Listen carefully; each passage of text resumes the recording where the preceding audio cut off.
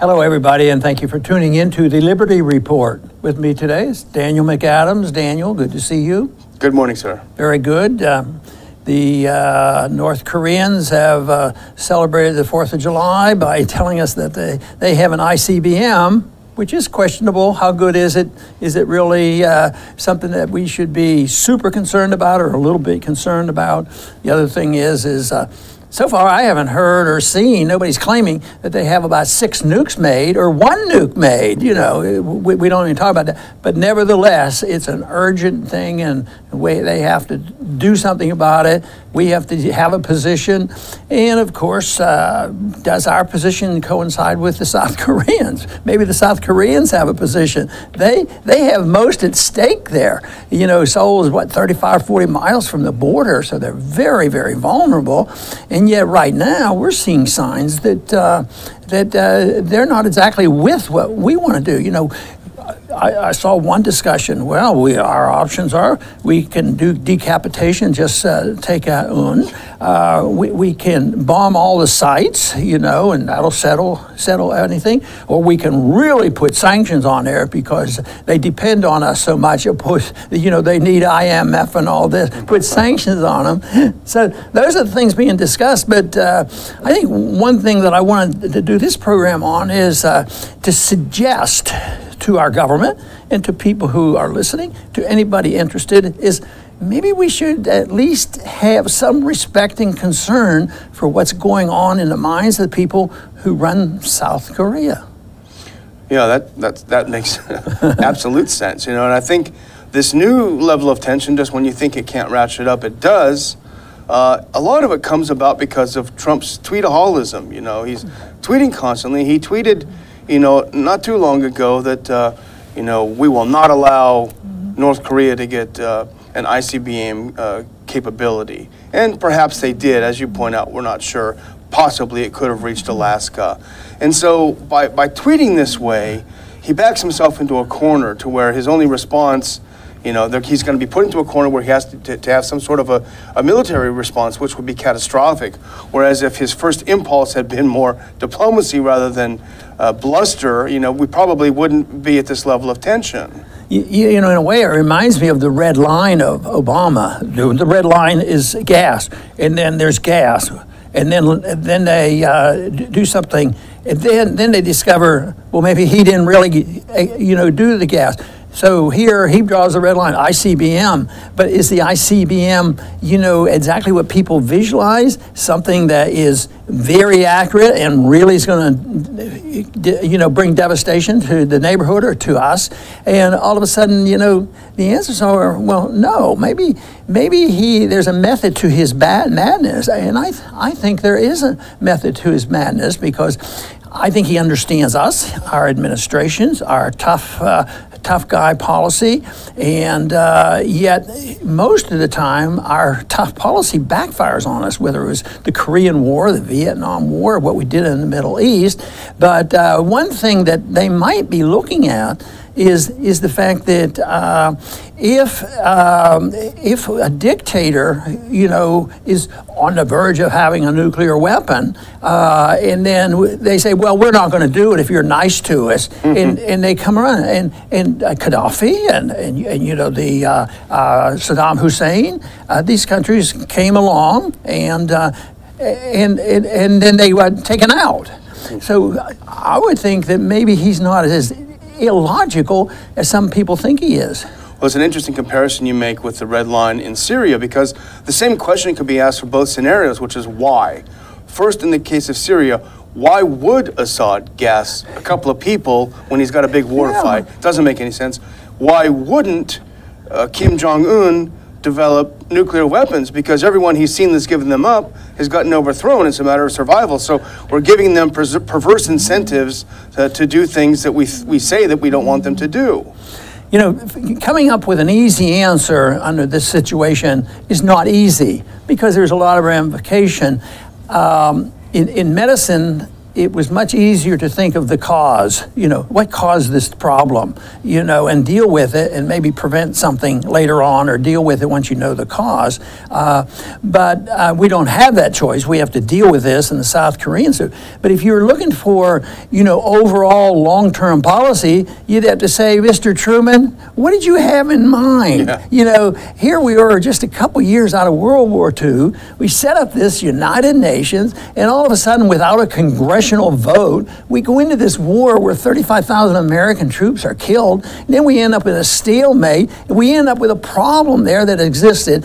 Billions and billions of dollars we have spent, and every time South Korea has wanted to have a slight bit of communication with North, because it would be natural for families wanting to get together again, we were impeding it. It wasn't the presidents of South Korea, and I understand that sentiment is still pretty strong. The more this talk goes on, it doesn't look like the South Koreans are saying, yeah, boy, we need more troops, we need more money, we need more American troops, and get ready for this war. That's not really going on. Yeah, and I think there was a very significant election in May where the new president, Moon Jae-in, was really elected because he promised to renew the Sunshine Policy of opening dialogue again with North Korea.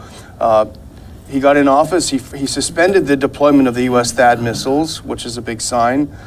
He's calling for diplomacy, economic, cultural engagement with North Korea. And here's something I know that is near and dear to your heart. He recently welcomed the delegation of North Korean athletes to South Korea to participate in the World Taekwondo Championships, and he proposed a joint Korean team for the 2018 Winter Olympics. So sports diplomacy. And I'll bet you if you took a poll, if you're allowed to do that, had all the people actually reflect on that, North and South, I'll bet they'd all say, that sounds like a pretty good idea. And then they would be more unified in a positive way in saying, look, we're going to show what Koreans can do and compete. And they probably could have some pretty good teams, At least it would be so different than saber rattling and I'm going to bomb you, I'm going to kill you, and more sanctions, and it just goes on and on. So it'll be interesting to see how this evolves, but I guess there's a meeting this week, the G20, and there'll be some discussions along this line, even though there'll be other discussions going on this weekend too. But this will be high on the agenda. I was just going to mention, in fact, they did take a poll recently. Okay. 80% of Koreans support renewed dialogue with North Korea. So that's a big margin. That would be the South Koreans. Yeah, South Koreans. Yeah. So if they feel if Moon feels like he has a mandate, there you have it. But you mentioned meetings, and this is really a packed week of meetings, very interesting meetings. President Putin of Russia and President Xi of China will meet tomorrow in Moscow. And you can be sure that the North Korea issue is going to be high on the agenda. What's interesting is just over the past couple of days, Russia has joined with China in proposing a way to ratchet the tensions down. And they both agree on saying, okay, North Korea, first of all, they condemned the test yesterday. And they said, look, no more nuclear testing, no more firing these ballistic missiles, back off. U.S., here's your end of the bargain, U.S. and South Korea, stop holding these large-scale military exercises on North Korea's border. If you can both do that, then maybe we can tone down the tensions. That sounds pretty reasonable. What is the prediction or the conventional wisdom of what a dedicated neocon would say about this? How do they come back and criticize this? Because they wouldn't want this. I mean, they might pay lip service or something like that, but they really don't want this because that would destroy their plan to have the friction, the conflict continue. They do need the tensions, and actually, it's interesting you mentioned that because I prepared a little graphic to put up if we can have it. This might surprise you, but this is Max Boot, our arch neocon enemy. He hates the idea of this bargain that the Russians and Chinese are proposing. But I read this and I thought he was cribbing some of your notes because, to summarize, he's essentially saying, we faced this nuclear threat before from Soviet Union and China.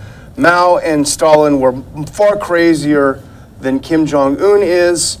Why don't we just stay patient, don't do anything that could start a major war, and just let North Korea collapse under its own weight if that's what's going to happen. And I thought, wow, that's interesting. Well, at least it's out there. So my guess is that behind the scene, there's a bunch of Bill Crystals out there that said, boy, we can't have that. That might work. You know? So that would be a dangerous thing from their point of view. But, you know, people who use force and rely on force and threat and intimidation, I may be wrong on this, but what it suggests to me sort of, you know, the bully in your school class. And sometimes a bully is really not that tough. You stand up to a bully, sometimes they melt away. And there's insecure people, and they're trying to convince themselves they're tough. And I think in many ways we do this. We use force to show how strong and tough and good, even good. We throw in good, American exceptionalism. But I think there's, you know, a loss of confidence in what we really believe in. You know, if we had a great deal of confidence in what American values should be and confidence in the marketplace, and that people are more likely to get along if you don't precipitate and antagonize. Because look at the evidence of sanctions. Where have they showed, you know, that sanctions solves a lot of problems? But the sanctions didn't do much for Cuba. We were going to sort of getting rid of them, and now we're, you know, going back to them again. And they throw this up. There are some people who are still seriously talking about really tough sanctions. How much tougher can you sanction a country like this? You know, so I think it's great that you see signs of the people in South Korea who are in the most danger are willing to think along these lines. I think this is good, but if we, you know, antagonize and not support them and say no, you have to use force, then you throw this in. There's an ongoing deal with Trump and the Chinese. You know, yes, they're the worst people in the world, and then the next time he's a great guy, and today it was trade with North Korea and China went up 40%. He's so mad. we have to stop this thing. So it goes on and on, and yet I think really it's trade. What you need, it's good. The North Koreans, they probably don't love Chinese, but you know, they're mutually beneficial now because they go back and forth and trade together, and that's why China doesn't want to cut that off, you know. So it's a real pity that people in their insecurity and misunderstanding of how you bring about peace, I think the authoritarians who promote what we don't like, I imagine, just from the experience in Washington, that deep down in their heart, I'm going to give them the benefit of that. They say, you know, you have to be tough. It's a peace through strength and with intimidation and this and be right there and attack, and sort of like, you know, what Trump has done so far. The biggest bomb ever was dropped on Afghanistan. For what purpose, other than to say this is what could happen to you guys? You know, I just think that lacks any confidence in our military. Why do we have to do this to show them? Everybody knows how tough we are. You know, in Russia, we have to be terrified of Russia. What we made the point the other day, that Russia spends $1 for every 10 that we spend. We spend 10 times as much, and we're every place. We've surrounded Iran, we've surrounded Russia, and we're in 130 countries. We don't even know how many countries the special forces are in, but they're tough guys, you know. So, and it's always they're coming to get us, and have absolutely no confidence on how a free society might thrive. Then I get to thinking, well, you know, Switzerland sort of survived it all. Amazing. You know, in the middle of 2 wars, the 20th century, but nobody thinks about, could that work on a larger scale? I happen to think it can, because I think, even though I don't think that situation was perfect, it was a good example on how you can survive in the midst of terrorism and terror and bombing and world wars. You know, I just remembered a sanctions story, and I don't know if you remember this, but back when you were in the House in the International Relations Committee, whenever I remember this specifically, a new sanctions thing would come up, and you said that same thing. Sanctions don't work; they never work. There's no you know, episode in history where they've worked. And the late Tom Lantos would correct you. The gentleman from Texas, let me tell you, Libya is the great example of how sanctions work. Look, they've given up their nuclear weapons because of all of our sanctions. And look, Lantos has passed, but look what happened to Libya ultimately. Which has an effect on what's going on in Korea right now. But you know, this subject came up frequently on foreign policy, and my position was different than some other Republican. But I've made this point, but I think it's an important point, and I get to make it once again. And that is, in my lifetime, you know, I remember World War II, and it was over, and that was great. Amazing military operations occurred in 2.5, 3 years, you know, compared to what's going on now, 16, 17 years in Afghanistan. So what my point was that I can remember my family being disturbed.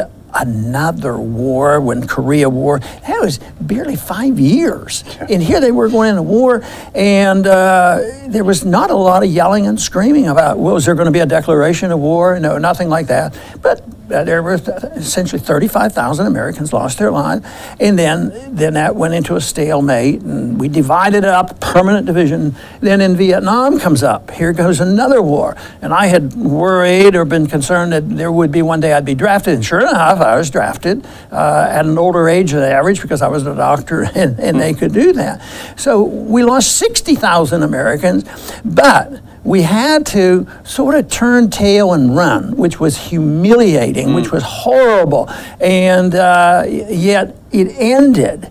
You know, we just got out of there. Tragic ending. All that lives lost and everything. But the thing of it is, we walked away in the so-called victory for North Vietnam. The communists won, the communists won. Now there's going to be a domino effect. They're going to take over the whole world. Well, they had a non-viable policy. It didn't work. It became more westernized. And I keep saying, we won more in peace than in war, and all the war was wasted. And look, we perpetuated this. If the United States had not been in there, if they had not been involved with the Truman Doctrine of marching in there and us fighting and then going, dividing up the country, we wouldn't be talking about this. It'd be over with. The Koreans would have settled this a long time. This is all we're asking right now. Let the Koreans be Koreans. Let the South Koreans, let them determine their policy, and we'd be a lot better off. Remember, Nicholas Taleb told us that about the Palestinians and Israelis. You know, if people would have stayed out of it, they would have found a way to solve it. But I just had kind of a final thought, if you're ready for that, and that's, and you alluded to this. You know, Trump tweeted that he's trade is up 40% between China and North Korea. So much for trying to get working with China. And this is just a week after he's praising China. I mean, that kind of incredible turnaround must give whiplash to anyone trying to do diplomacy or anything. And I was just wondering, maybe this is why he's having so much trouble filling these sort of mid-high level positions at state in the Pentagon. I talked to a friend of mine at the Pentagon and said the halls are empty, all these appointees. I wonder if people just don't want to go work for someone like this who just turns on a dime. Well, I feel like the whiplash is a pretty good term, because it may be that we philosophically get whiplash. We think, we've heard what Trump had to say in the campaign and his position on Russia, and then it ends. And now on this trip, I understand that Trump will be stopping in Ukraine, and my prediction is that he's going to be very friendly and complimentary of NATO and their new government and how great they are, the greatest country in Eastern Europe. And at the same time, what will if he does that, are we going to have better ties with Russia? Why can't he just be talking to both? But he has to defend the coup. The coup was United States and NATO throwing out an elected leader that was more sympathetic to Russia. So that's likely to happen and continue this process. But the other thing, if you look at it from a Chinese viewpoint, what's going on? We just approved a $1.3 billion worth of sale of weapons to Taiwan. Well, how does that help promote peace? How does it help promote our defense?